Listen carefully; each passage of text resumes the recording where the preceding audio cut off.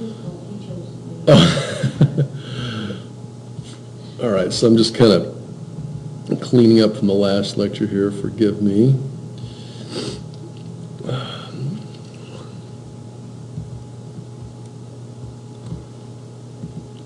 Been a little extra busy today.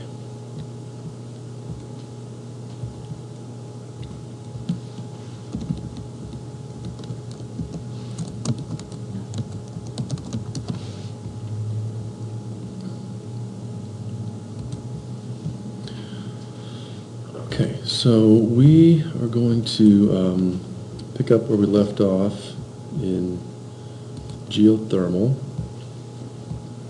do a little review on where we were.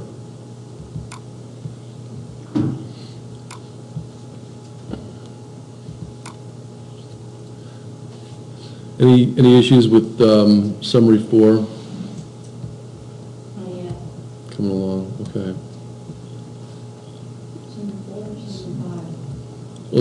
Well, if 4 is done, great. Yeah. Summary 4, I think, was the. Well, we found 2 images. Okay, good. Okay, good. Answers my question. Okay, so we so far have discussed a little bit of the physics of geothermal energy. We talked about how the Earth used to be very warm. It's cooling. There are giant crusty sheets of rock sliding past each other. It creates friction, keeps things hot, etc. Looked a little bit about the evolution of high enthalpy geothermal. We define enthalpy as the specific heat or joules per kilogram in a given substance. It could be in a rock, in water, or whatever. So enthalpy just means thermal energy, but specifically it's thermal energy on a per unit mass basis. So you can think of it as thermal energy density. So these two guys that we're looking at right here are examples of high enthalpy systems. One feature, nice thing about high enthalpy is that you've got a high temperature gradient. So you got something hot somewhere and something cold somewhere else. Anywhere that you have something hot somewhere and something cold somewhere else, something's going to move. In this case, what you're going to move are a lot of water molecules so quickly that they turn into steam. When you have steam, that can then be sent through a turbine. The turbine spins and you make electricity, which fundamentally is not a whole heck of a lot different from burning coal to boil water. And that's all that's going on in a coal-fired power plant. You're burning coal to boil water, to spin a magnet, to make electricity. Same thing with a high enthalpy geothermal. Okay. Talk a little bit about the physics of where the hot water comes from. So here's, nature, technology. The exploitation of this. I guess another subtlety that I didn't describe last time about this figure is that the hot spring itself is attached to a water source. The fumarole is just steam only, and then the geyser's somewhere in between. It's like sloshing between that interface between the steam and the water. And I wish I knew. I don't know the physics of, say, Old Faithful that belches off every hour or so. It was quite faithful. I don't exactly know where it is right now, but it's not unlike just blowing bubbles, really. I mean, a bubble comes up. Once it's done its thing, the pressure is relieved.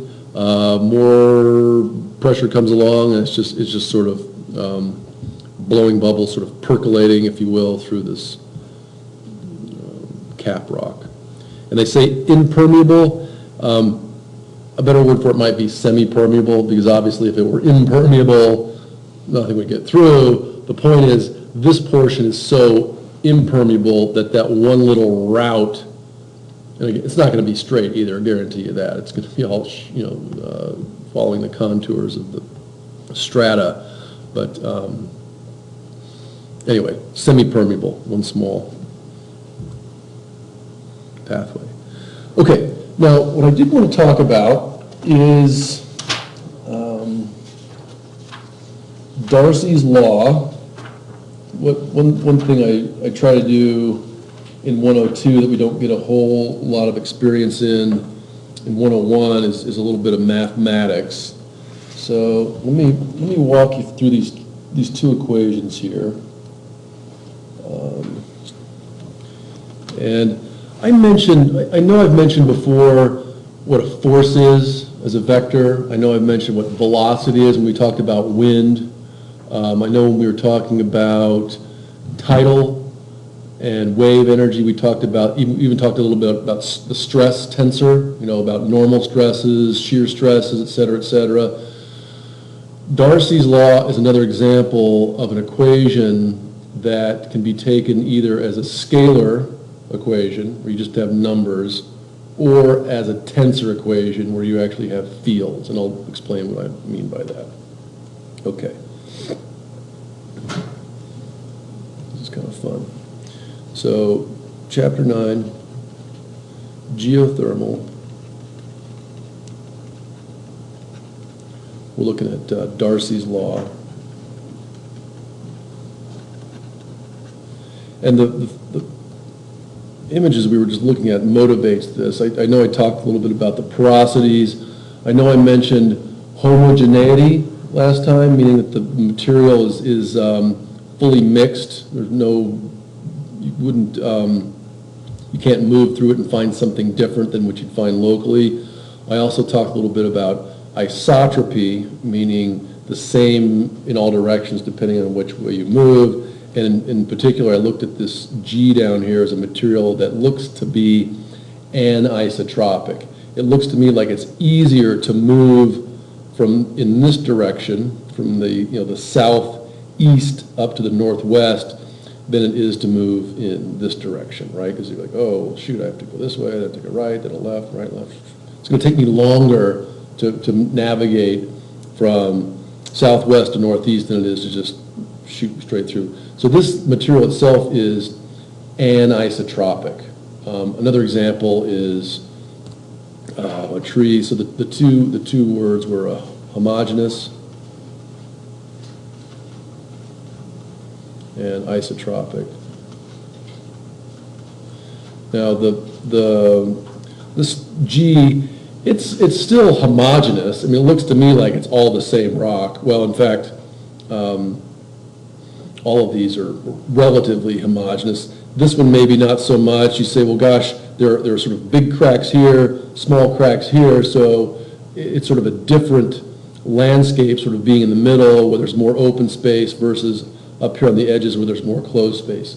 So this chunk of rock is looking to be probably isotropic, not that much different going in one direction versus the other, but not homogeneous. The space sizes are different. This also not so homogeneous, but relatively isotropic.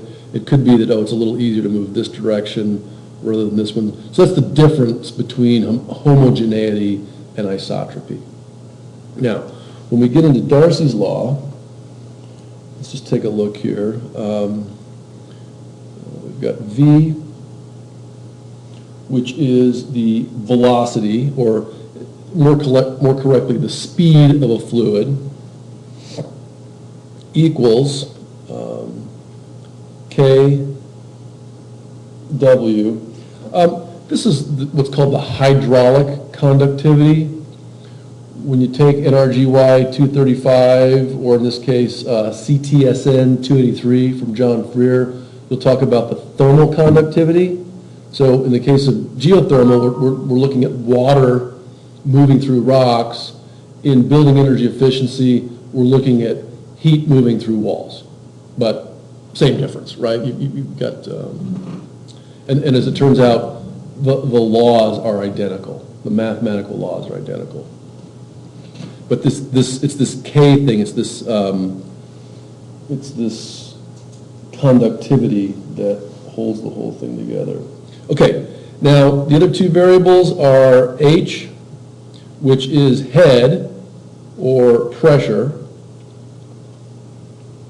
and then you have the length.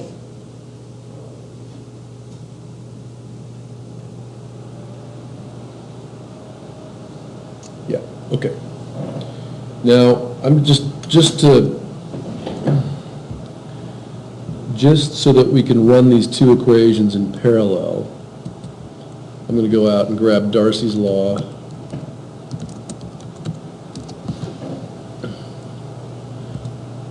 From a calculus standpoint.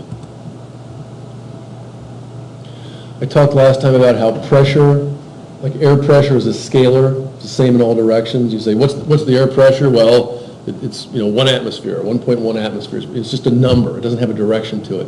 But then I talked about how stress has the same units as pressure, PSI, newtons per square meter, pascals, etc.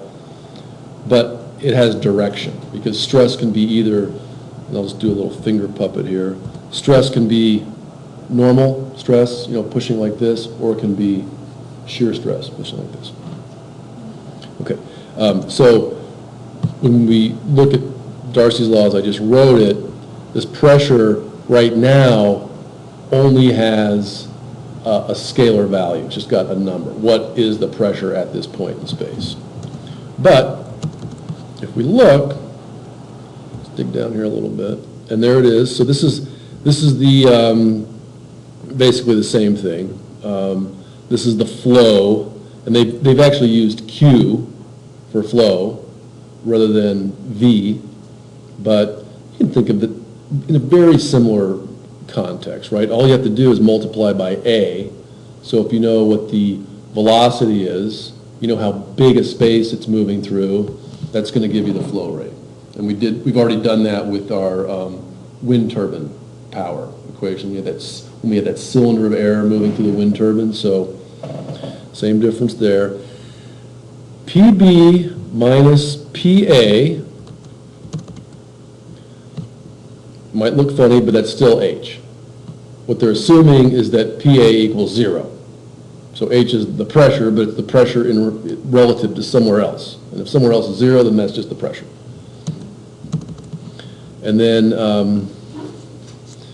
mu in this case is the velocity, or I'm sorry, the viscosity. So this kappa and mu are, when you combine kappa and mu together, you more or less get the kW in our equation. And really, all it is, it's just an exercise in keeping track of units, is really all it comes down to. I mean, I'm sure you remember that, like, the ideal gas law can be expressed in different units. Well, or dimensions, a little more subtle than that, but okay. So let's look at this thing physically and see if we can actually get some kind of visceral reaction to it. So let me try to explain. Oh, but before I do that, I'm going to write this guy down. Q equals negative K grad P. I'll just write it like so. V, and this time I'm going to put a line under it, meaning that it's a vector, equals K W, 2 lines, meaning that it's a tensor, and then grad P. So this little thing is sometimes called, it's a nabla. It's an upside down delta, and the name for it is nabla, N-A-B-L-A. It's also called the gradient operator. So we already know what this is. It's the pressure. Now, And we also know that the pressure is a scalar. So if I want to know what the pressure is right here in the room, it's going to be slightly lower than what the pressure is lower in the room. As you add more atmosphere, the pressure gets higher, et cetera. So you can take what's called the pressure gradient in a space, in air, in water, in the rock, in the ground. So in this case, the pressure gradient means that as I move downward through space, the pressure gets higher. And really, that's all this little thing is, this HL. Again, it's pressure per length. It's telling you how quickly the pressure is changing. But only in one direction, and typically only in the vertical direction that I just mentioned. But you could also imagine, well, in fact, this is actually occurring right now, believe it or not. As I speak, I'm creating pressure waves in the room, and so the pressure is not just changing vertically, it's also changing to the right and the left, and to the front and the back. So with velocity being a vector, you know, it can head that way, it can head that way, it can head that way. This delta P, or this, sorry, not delta, this grad P, gradient of P, also changes in 3 directions. Make sense? So the velocity can flow in 3 directions, and the pressure can change in 3 directions. Now, the tricky part comes in, what do you do with this little guy right here? What is the, again, it's got different names. What does the conductivity have to say about that? Well, if we go back to our figure and look here, the conductivity, I'm thinking, is going to be greater in this direction than it is in that direction.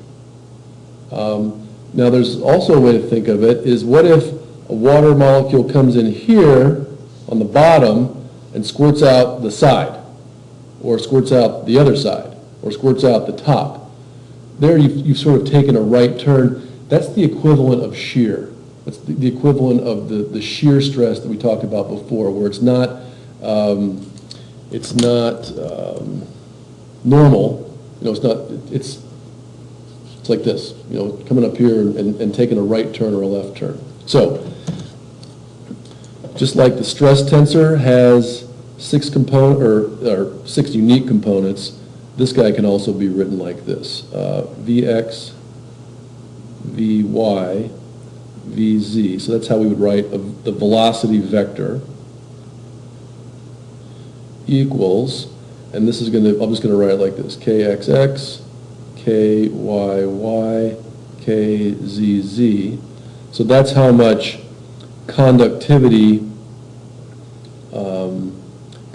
we're going to have in each of the 3 directions, because obviously in this rock you're going to have 3 different conductivities moving straight through it, but you'll also have these conductivities: Kxy, Kxz, Kyz, and in general these 2 are equal, just like they were with stress. Kyx, Kzx, Kzy will be equal. So that's that, and you're going to multiply that by Px, Py, Pz, and so that is just the change in pressure in each of those directions. So it means that, and so really what we're looking at right here with the Darcy's Law in the book is this little bottom line. We're looking at the velocity in the z direction.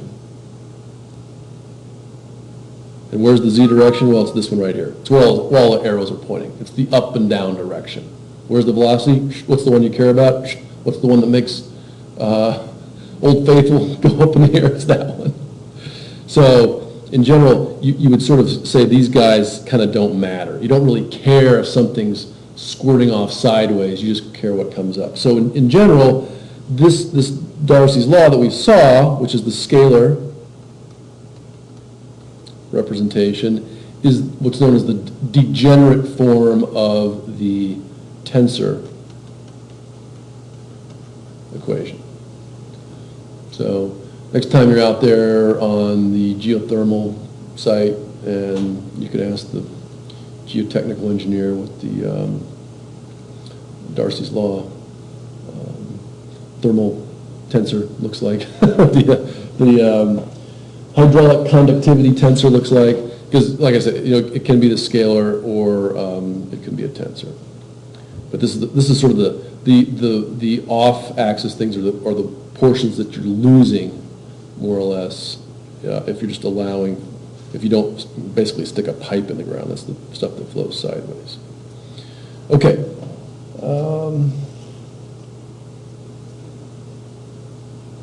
Yeah.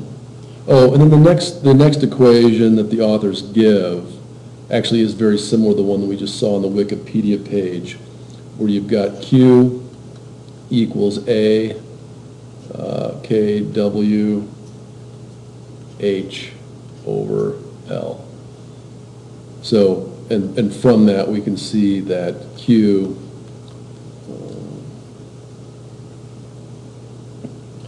equals the velocity times the area. Just like so from in a picture, this is the area, and that's the velocity flowing through, and thus the Q heading through as well. Okay. Now, why is that important? Well, if we combine that, and it's really too bad that they used Q for the equation, because what we really want to know, if we combine that with our heat equation, we know that Q for heat, I'll put a little box over here.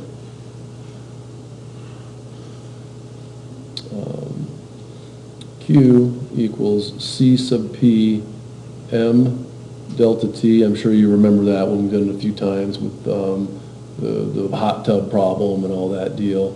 Then we can see, okay, if I know what the temperature is, now I know how powerful my geothermal system is. So if I know how quickly, and I'll just write it this way. So Q water, so flow of water. This can be sort of Q for heat. Then I can figure out how much thermal power is flowing through the system. So if I know how hot it is, how fast it's flowing, then I can get power. Make sense? Okay. Now, this coefficient, the hydraulic conductivity, is given on table 9.3. So there's clay, silt, sand, gravel, and as we move, from clay further down, we can see that the conductivity increases. Not too surprising. That's why we use gravel in our French drains and things like that. Water goes in, kind of flows right in, and why when you water your dry clay lawn, it just sort of rolls off, unless it's cracked or something like that. But that's just the porosity. Mud rock, sandstone, limestone are all given, and if we, if you look at the limestone there, it has very low porosity. Limestone, more specifically shales, are where you have your hydrocarbons, your methane. That's where the frackers are going after. So really all that's going on there is we're artificially increasing the porosity of these rocks. So we're trying to take limestone, somewhere up to what have you, sandstone, mud rock, etc. So the gas comes out. And that's basically all. We're homogenizing, and I think probably to some extent isotropizing, making the well, in some ways we're actually making the rock itself less isotropic. We're artificially punching a hole in it so that the gases move in a direction they otherwise wouldn't, and meanwhile homogenizing it so all the gases gets mixed together and then pressure forces them up. Okay. So there's a lot of engineering and a lot of physics going on behind geothermal.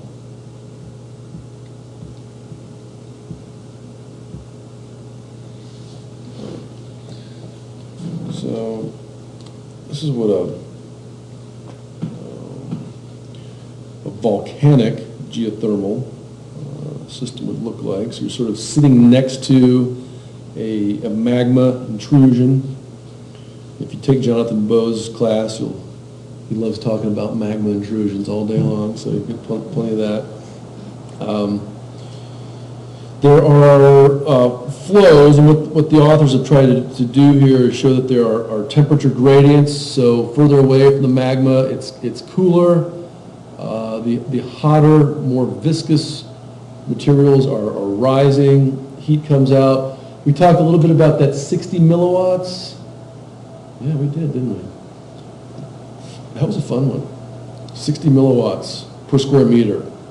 Here it's going to be much greater. 60 milliwatts per square meter is the global average. Here you're going to have many,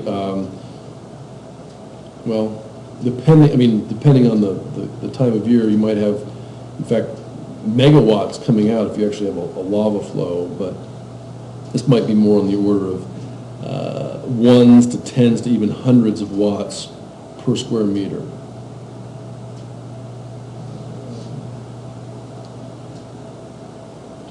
I like this little statement too, and I know we're going to go there eventually, or actually probably sooner than we think.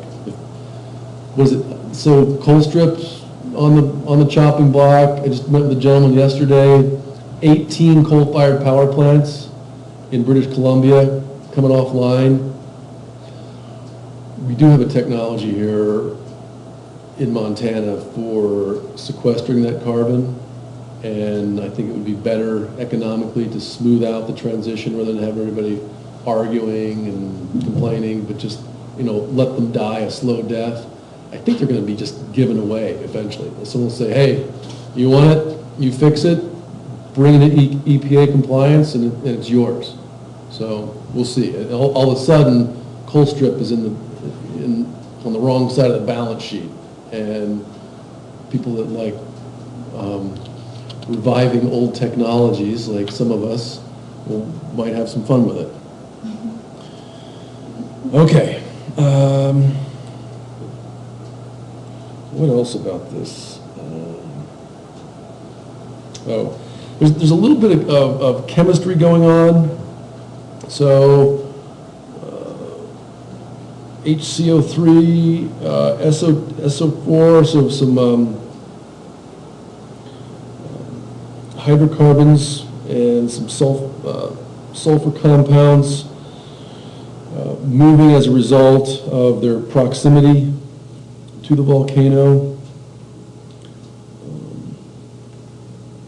And I guess I don't think any of these are really of an organic source. The salt, the CO2, the sulfur dioxide, and the water. Those are all going to be, well, the salt is going to be mixed in as a solute, but all the others are going to be still acting as fluids.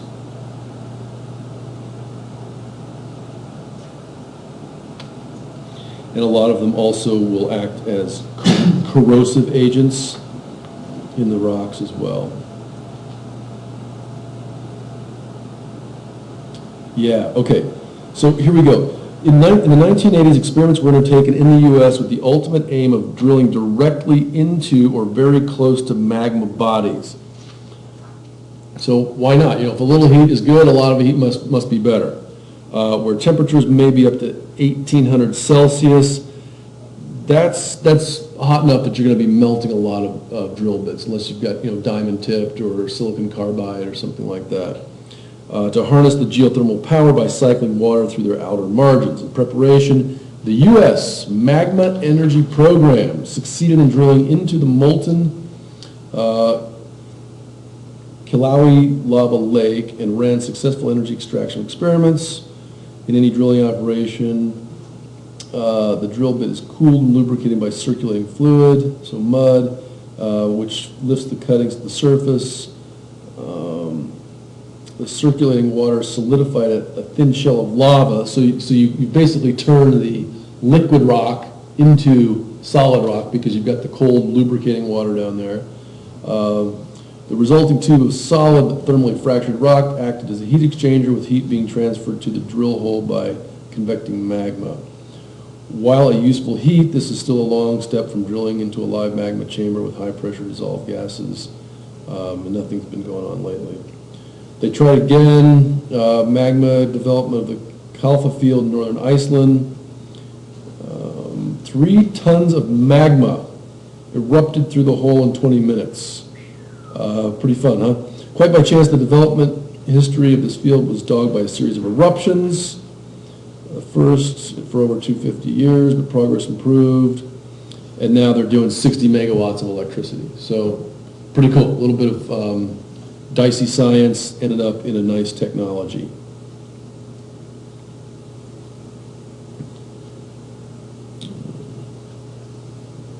So, and there's really no shortage. I think some of the studies that we've seen recently, there really is no shortage of geothermal. We talked a little bit about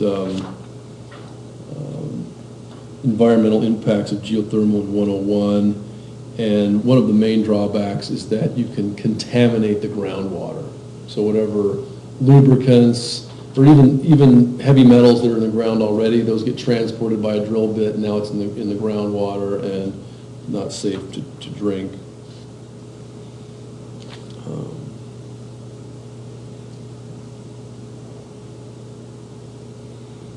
Okay.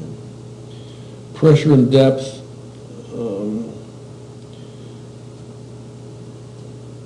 It's noted here in box 9.3. It says, so for about every 10 meters down, you're increasing by 1 atmosphere of pressure.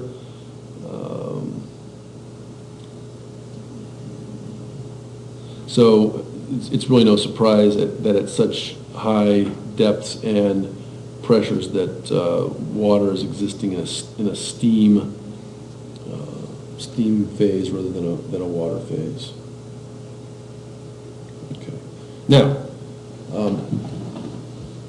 I also love the fact that they've thrown the heat equation in here as well, because they're related, as I alluded to previously.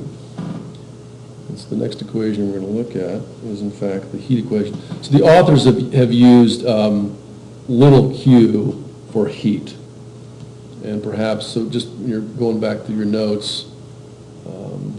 Well, I'll just write it over here. Equals little q according to the authors.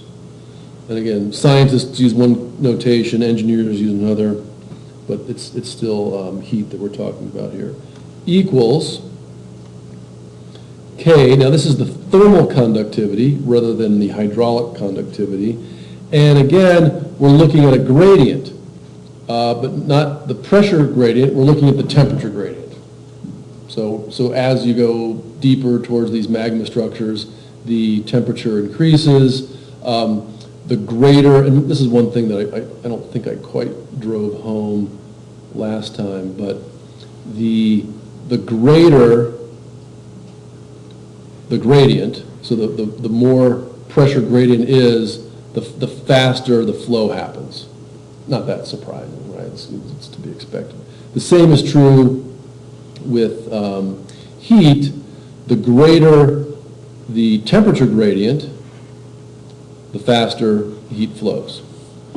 And to take it to its extreme, if there were no thermal gradient at all, if everything's the same temperature, then heat doesn't flow. So the fact that the Earth used to be very hot, cooled, the surface is now solid, is really what drives geothermal energy. It's the fact that there's a thermal gradient somewhere. If it were also very hot on the Earth's surface, no heat would flow, and you wouldn't get any energy or work from it. You wouldn't need to, because you'd already be at the temperature that the Earth was. Yeah.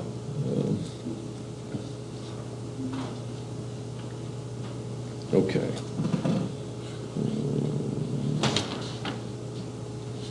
Let's take a look at the next figure. We'll take a little break.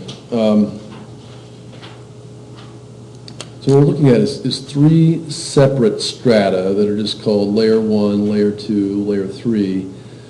The thermal conductivity of layer 1 is 2.5 watts per meter per degree Celsius, and that's just a function of what material is there. Layer 2 is much lower. So what the authors have tried to do is actually show you the slope of the line. So what we're looking at here is the depth. So this actually, this axis right here actually does represent depth. This one represents temperature. It doesn't mean that the temperature is colder on the left side or the west side and warmer on the right or the east. It's just the author's way of demonstrating what the temperature is as you move deeper in the Earth. I mean, you could do the same thing and put like a blue up here and a red down here and a pink somewhere in the middle, but they've done it with a line. And so hopefully this is the point where all that y equals mx plus b stuff from Algebra 121 pays off. Like, oh, hey, I get it, that's the slope, it's the slope. And it's, so obviously the units are watts, and so watts is joules per second. It's, how much energy is flowing per second per meter per degree Celsius.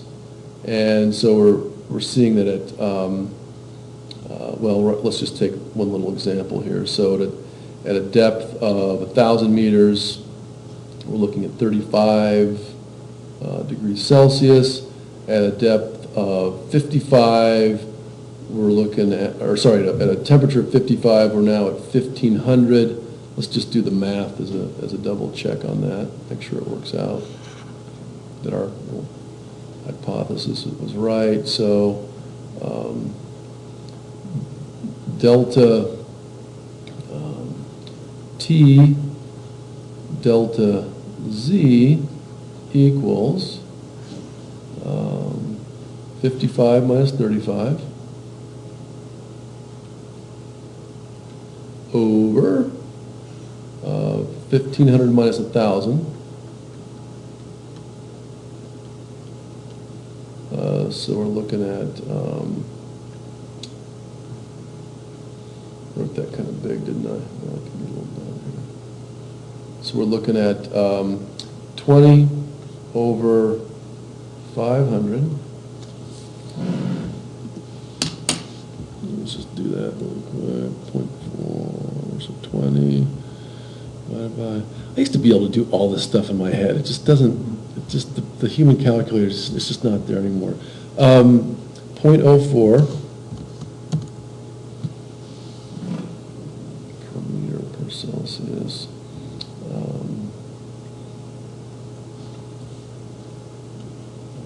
So equals 0.04, and we're looking at, were we in, which units? We were in Celsius and meters, right? Okay.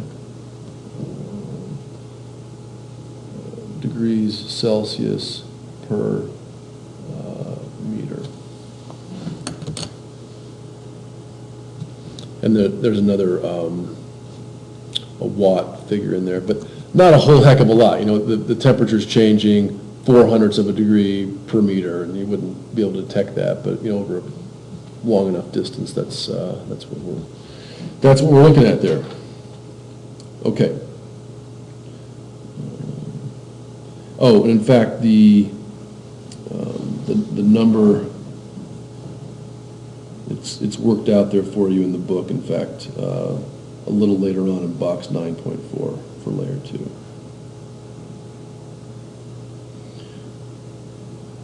Oh, and they also mention, it says, within the precision of the data, therefore, the temperatures shown are consistent with a heat flow rate of 60 milliwatts per square meter through each layer. And that's what we did last time. It says it's obvious that the presence of thin layers with low thermal conductivity has appreciably enhanced the temperature at a depth of 2 kilometers. So, yeah, once you're getting down, deeper into these layers, it's just showing that heat flows much more readily at the bottom, because that thermal gradient of that slope is much greater. All right, let's take a break.